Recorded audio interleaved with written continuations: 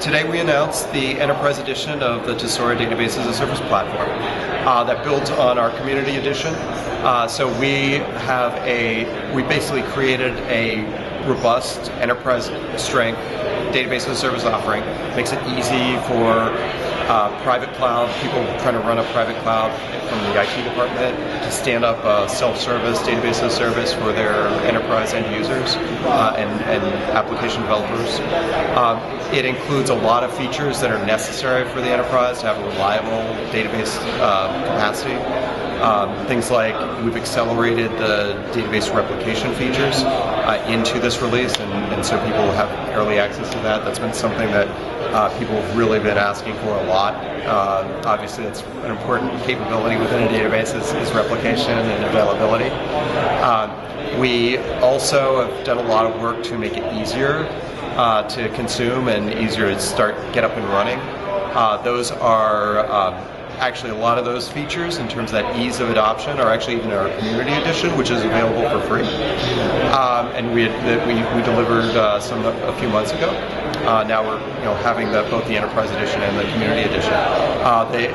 One of the other big capabilities that we've introduced is this notion of a pre-packaged, pre-optimized, pre-configured guest images. That gives them an easy way to just launch a database instance. It has the database server, the management agent, the guest agent in there that they can launch and get up and going really rapidly, so they don't have to create that, optimize it, come up with specific configurations. They can do that all day one and just get really up and going really rapidly.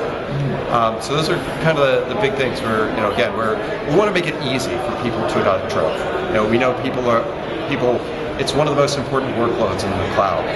Databases, we did a survey earlier this year, and what we found was that the number one workload that people want to move to the private cloud is database. Not too surprising. I think it's something, it's one of the biggest workloads in IT in general, and it's also something where people may be a little squeamish about putting database workloads on public cloud sometimes as well. Absolutely. Is one of the reasons why people want cloud database is sort of that horizontal scaling as opposed to vertical scaling? Yeah. So that's actually, I would say it's one of the reasons they want it, and it's one of the things that they have to get. So traditionally in IT, I think one of the challenges people have faced as they move to the cloud is the cloud doesn't do big hardware. And databases really love big hardware, right? They want to have the biggest machine in your data center probably is going to be running some massive database server.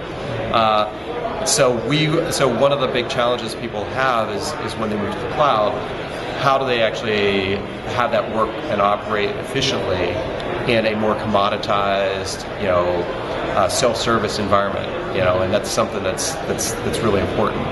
One, to optimize it so it actually can serve those workloads, and the clustering and other support that we're building in as part of that.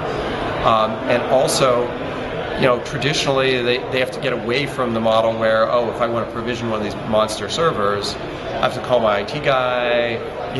2 months later, he does a capacity planning. Looks at the IT budgets, orders some hardware, all to get up and running. Right? Database as a service means he goes to a website, pushes a button, and he's got a database server. Right? Absolutely. Yeah. That's Amazon set the expectation. Right? Corporate AT in their own private cloud, need to hit that same level of expectation, because otherwise people are going to go to the public cloud and try to run their workloads, which presents its own set of challenges, right? So we want to make it easy, just as easy for those end users to be able to get database capacity in the private cloud as they do in the public cloud.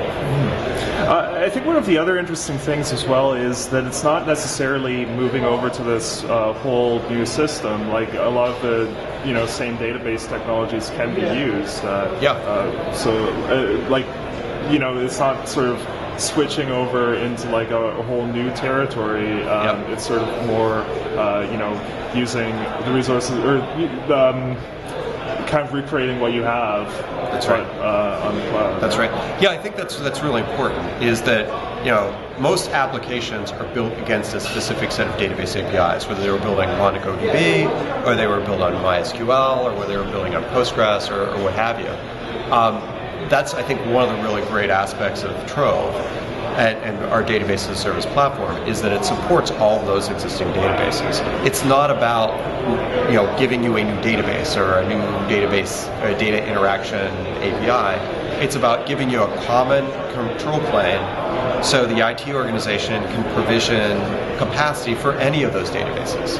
So it supports Cassandra, it supports Couchbase, it supports Redis, MySQL, MongoDB, and more coming every day, right? So it's something where we're working hard to make sure that all the databases that people know and love, that their applications depend on, can be provisioned and managed through Trove and through the database as a service platform.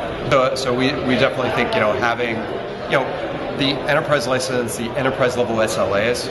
So again, I think one of the big things for us as a team, as Tesora, we're coming at this from the perspective of being guys that have built database servers in the past and built database replication engines in the past, and knowing that when people rely on these systems, they're storing their data, right? This is mission critical stuff.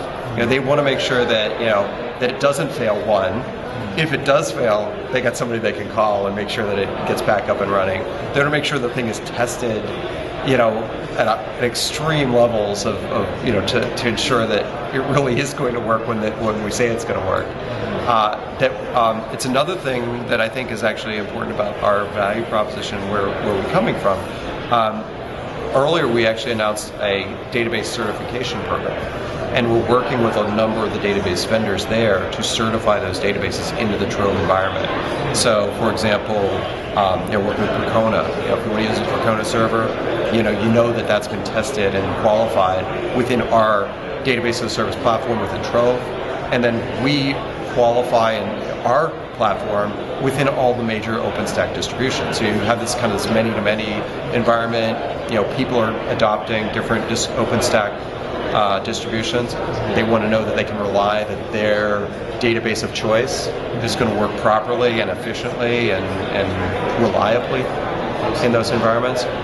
That's really what we're trying to do with that certification program, is to make sure that they've got an enterprise class database, they've got an enterprise class platform, they've got an enterprise class OpenStack distribution. Now let's make sure it all works together. That's what we're doing.